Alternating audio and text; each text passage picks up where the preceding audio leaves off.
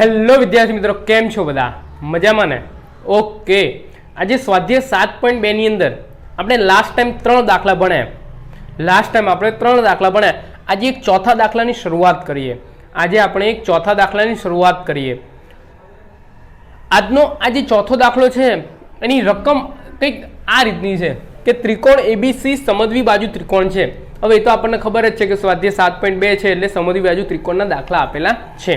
ત્રિકોણ એબીસી સમદ્વિ બાજુ ત્રિકોણ છે. બી અને સીએફ એ સમાન બાજુઓ અનુક્રમે એસી અને એબી પરના વેધ છે. બી અને સીએફ એ સમાન બાજુઓ અનુક્રમે એસી અને એબી પરના શું છે? વેધ છે. સાબિત કરો કે આ વેધ સમાન છે. હવે અહીંયા ધ્યાન આપો. એબીસી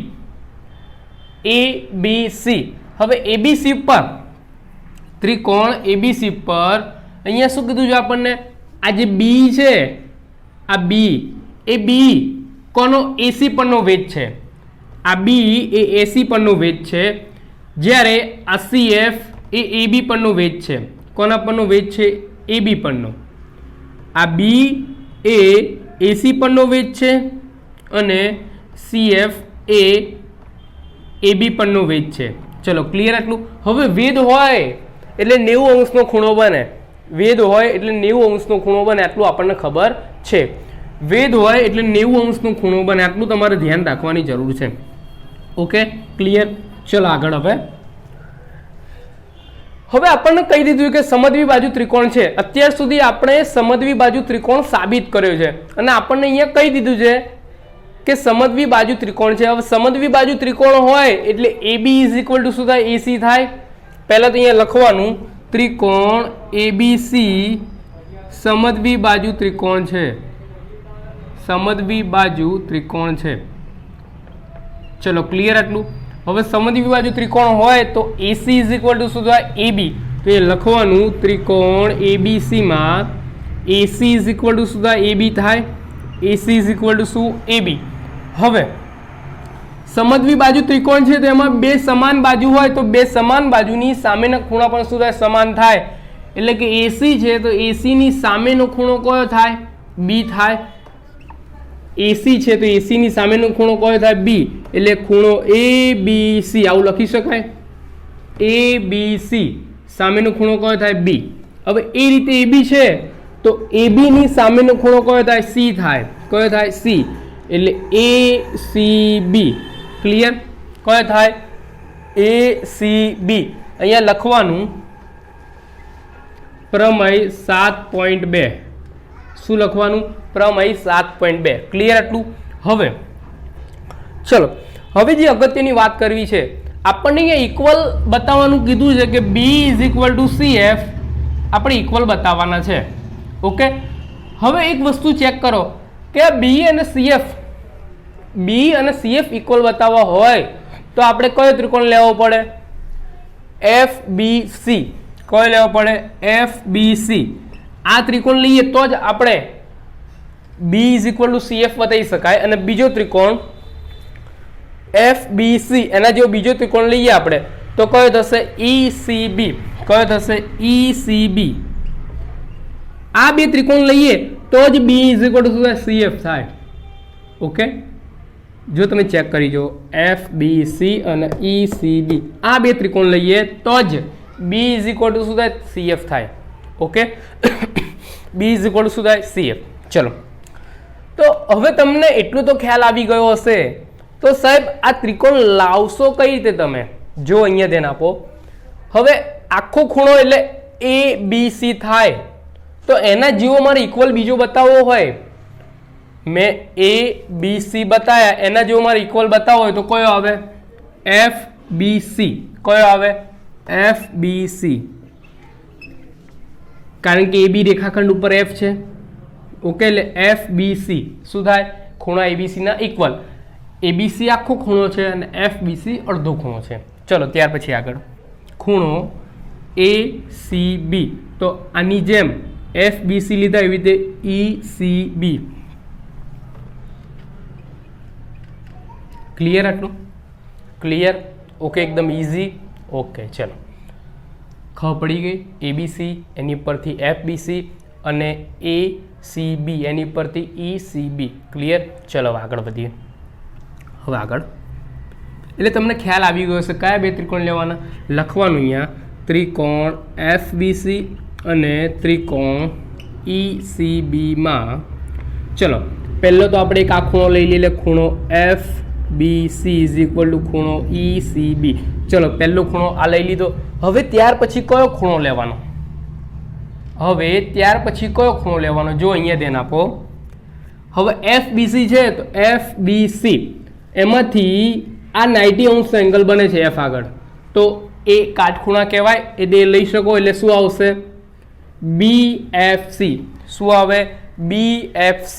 તો લખવાનું અહીંયા ખૂણો BFC ઇઝ ઇક્વલ ટુ, જેમ આપણે ત્રિકોણ FBC માં BFC લીધા, અહીંયા 90° ખૂણો લીધો આપણે, તો એ જ રીતે ત્રિકોણ ECB માં આપણે કયો લઈશું? CEB. કયો લઈશું?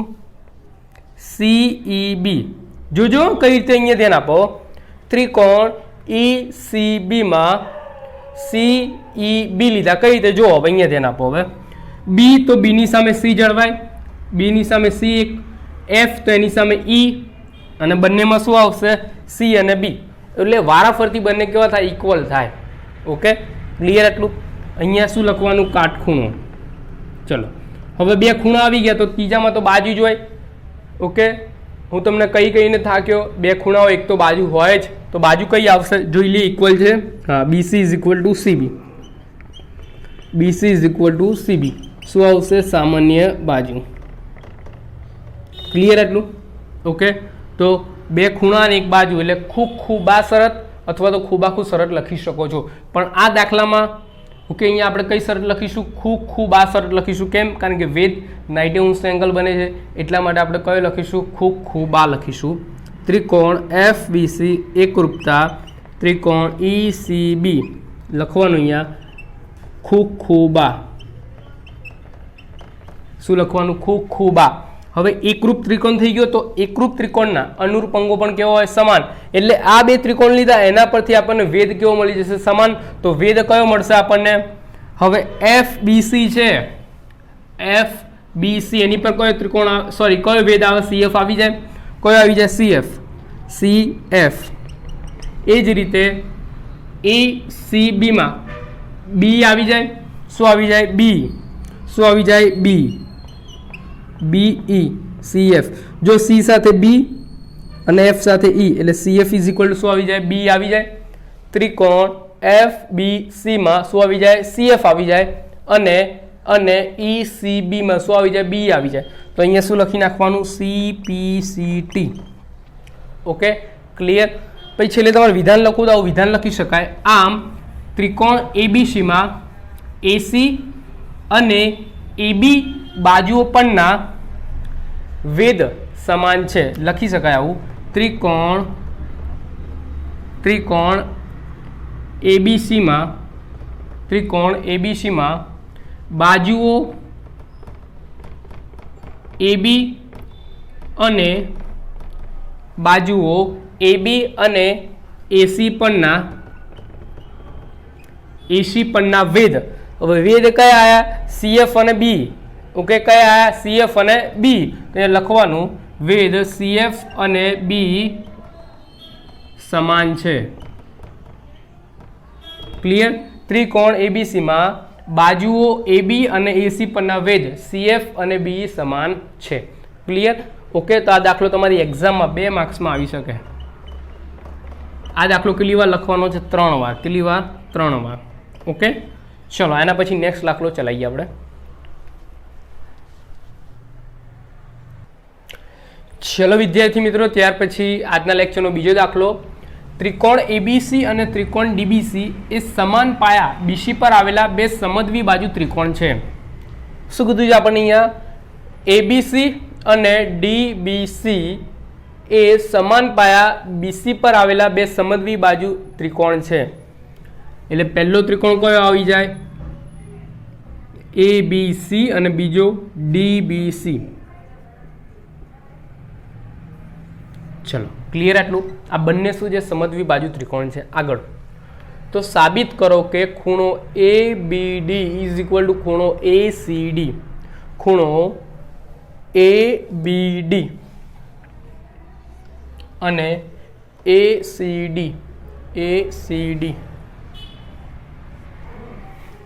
ક્લિયર. ખૂણો ABD અને ACD. હવે આ દાખલો સ્ટાર્ટ કઈ રીતે કરવો? ઘણા વિદ્યાર્થીઓને મગજમાં નથી બેસતું કે આ દાખલો શરૂઆત ક્યાંથી કરવી. તો જુઓ અહીંયા હવે પહેલાં તો આપણે ખૂણા ABD ની વાત કરીએ. તો ABD છે તો આ રીતની કહેવાય કે ખૂણા B ને પ્રકારનો દ્વિભાજક છે. ઓકે, એટલે આ પ્રકારનો અહીંયા આપણે BC લઈએ, રેખાખંડ શું લઈએ? BC, અને અહીંયા લખીએ આપણે ABD. તો આ પ્રકારની રચના હોય એને આપણે શું કહીએ છીએ? આસન કોણ કહીએ છીએ. શું કહીએ છીએ? આસન કોણ. એટલે કયા બે આસન કોણ આવશે? જો ખૂણો ABC અને DBC. ખબર પડી મેં કઈ રીતે દાખલાની શરૂઆત કરીએ? ખૂણો ABD છે. ઓકે, ABD છે એના બે આસન કોણ લઈ લીધા. કયા લઈ લીધા? ABC અને DBC. એ કઈ રીતે મેં પ્રૂવ કર્યું? આકૃતિ પરથી. તો એ લખવાનું ખૂણો ABC અને ખૂણો DBC એ આસન કોણ છે. ચલો ક્લિયર. હવે આસન કોણ હોય તો બે આસન કોણોનો સરવાળો કેટલો થાય? ABD જેટલો થાય. એટલે કે ખૂણો ABC પ્લસ ખૂણો DBC ઇઝ ઇક્વલ ટુ આ બે આસન કોણોનો સરવાળો જે મેન ખૂણો બને ABD એના જેટલો થાય. ચલો આ ઇક્વેશન નંબર 1 ક્લિયર. હવે એ જ રીતે જેમ આપણે ABD ને પકડ્યા એ જ રીતે હવે કોને પકડવાના? ACD ને. કોને? ACD ને. ACD. જો ACD ને પકડીએ, આ A, આ CD. જેમ અહીંયા આપણે BC લીધેલો એમ અહીંયા શું આવશે? CB આવશે. શું આવશે? CB. એટલે કે ખૂણા C નો દ્વિભાજક શું આવી જાય? CB આવી જાય. પણ અહીંયા એવું યાદ નથી રાખવું, જસ્ટ ખાલી તમને ખબર પડે, ગોખવું ના પડે કે આસન કોણ બને છે. ટ્રીક છે યાદ રાખવાની. ACD બે કયા આવી જાય અંદર આસન કોણ? એક તો આવી જાય ACB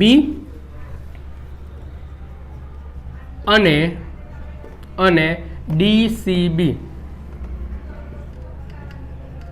એ આસન કોણ છે. શું છે? આસન કોણ છે. ક્લિયર આટલું? કયા? ACB અને DCB બે શું છે? આસન કોણ. તો બંને આસન કોણોનો સરવાળો ACD જેટલો થાય. ખૂણો ACB પ્લસ ખૂણો DCB ઇઝ ઇક્વલ ટુ ખૂણો ACD.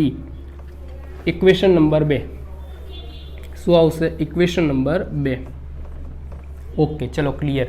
હવે ઘણા વિદ્યાર્થીઓને મનમાં એવું થતું હશે, સાહેબ આ બંને ઇક્વલ તો થઈ ગયા, ખૂણો ABD બરાબર ખૂણો ACD તો થઈ ગયો, ભાઈ આ બંને તો ઇક્વલ આપણને સાબિત કરવાના નથી થતા, ઇક્વલ થયા નથી. કેમ ખબર? એનું પણ કારણ તો એમ જોઈએ પહેલી નજરે પ્રેક્ટિકલ તો આપણને ખબર પડી જાય કે ઇક્વલ છે, પણ આ ઇક્વલ કઈ રીતે થાય ખબર?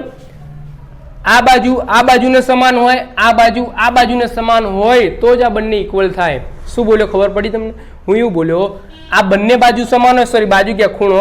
આ બંને ખૂણો સમાન હોય અને આ બંને ખૂણો સમાન હોય તો જ આ બંને ખૂણા ઇક્વલ થાય. એટલે હવે પછીની પ્રોસેસ શું આવશે કે આ બંને ખૂણા આપણે ઇક્વલ બતાવવાના. આ બંને ખૂણા શું બતાવવાના? ઇક્વલ. જો કઈ રીતે ઇક્વલ બતાવીશું એના માટે આપણને ક્લ્યુ આપેલો છે, સમદ્વિ બાજુ ત્રિકોણ. શું આપી દીધું છે? સમદ્વિ બાજુ ત્રિકોણ. અહીંયા લખવાનું ત્રિકોણ ABC એ સમદ્વિ બાજુ ત્રિકોણ છે એવું લખવાની જરૂર નથી. ત્રિકોણ ABC માં આપણને ખબર છે કે AC ઇઝ ઇક્વલ ટુ શું આવે? AB. અત્યારે ધ્યાન આપો ત્રિકોણ ABC પર. AC ઇઝ ઇક્વલ ટુ શું આવે? AB. ચલો AC is equal to AB. હવે AC છે તો AC ની સામેનો ખૂણો કયો આવશે? B આવશે. આ AC છે તો AC ની સામેનો ખૂણો કયો આવે? B આવે. તો અહીંયા લખી શકાય ખૂણો ABC. ક્લિયર? હવે AC છે તો AC ની સામેનો ખૂણો કયો આવશે? B. એટલે ABC લખી શકાય. ઓકે ચલો હવે રીતે AB છે તો AB ની સામેનો ખૂણો કયો આવશે? C. એટલે ACB. ક્લિયર? આ એસી છે તો એસીની સામેનો ખૂણો કયો આવે બી, એટલે એ બી સી. એ જ રીતે એબી છે તો એબીની સામેનો ખૂણો કયો આવે સી, એટલે એ સી બી. ઓકે ચલો સાહેબ, જેવું તમે ત્રિકોણ એબીસીમાં કર્યું એવું જ ત્રિકોણ ડીબીસીમાં કરીને બતાવો તો જોઈ લે. હવે અહીંયા ત્રિકોણ ડીબીસીમાં, હવે ત્રિકોણ ડીબીસીમાં શું લઈશું આપણે? ડીસી ઇઝ ઇક્વલ ટુ શું લઈશું? DB. DC is equal to શું લઈશું? ડીબી.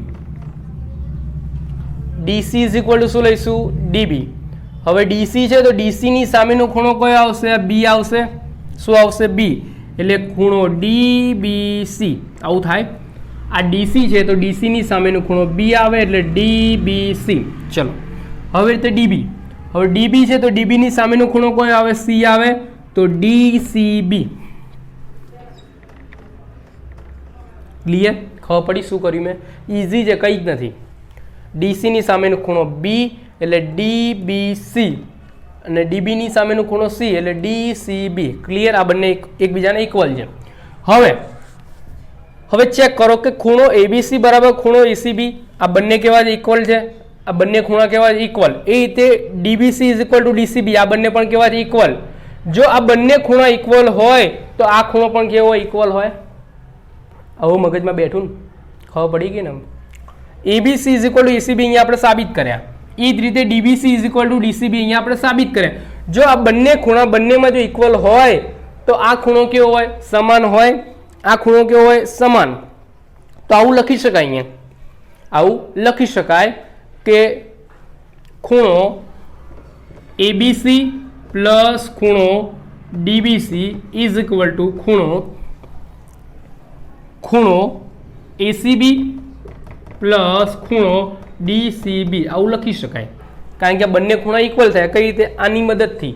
ઓકે, પ્રમેય 7.2 ની મદદથી અહીંયા તમારે લખી કાઢવાનું પ્રમેય 7.2. ક્લિયર? શું લખી કાઢવાનું? પ્રમેય 7.2. કઈ રીતે ઇક્વલ થાય આ પોઈન્ટ તમારે એક્ઝામમાં બતાવવો પડે. જો ના બતાવો તો એક્ઝામમાં માર્ક્સ કપાઈ જાય. ઓકે, 1 માર્ક્સ કપાય. ક્લિયર એટલું? ઓકે, તો ખૂણો એબીસી પ્લસ ખૂણો ડીબીસી એટલે ખૂણો એબીડી અને આનું ખૂણો એસીડી થઈ ગયા બંને ઇક્વલ. આપણે જે સાબિત કરવાનું હતું આપણને મળી ગયું, જે પ્રૂવ કરવાનું હતું આપણને મળી ગયું. એટલે ખૂણો એબીસી ઇઝ ઇક્વલ શું આવી ગયા? ખૂણો એસીડી. Okay, clear? ચલો, તો આજના લેક્ચરના આ બંને દાખલા કેટલી વાર ગણવાના છે? 3 વાર. કેટલી વાર? 3 વાર. ઓકે, તો આ લેક્ચરને આપણે અહીંયા સમાપ્ત કરીએ છીએ. નેક્સ્ટ લેક્ચરમાં એક એવા જોરદાર દાખલા સાથે મળીશું.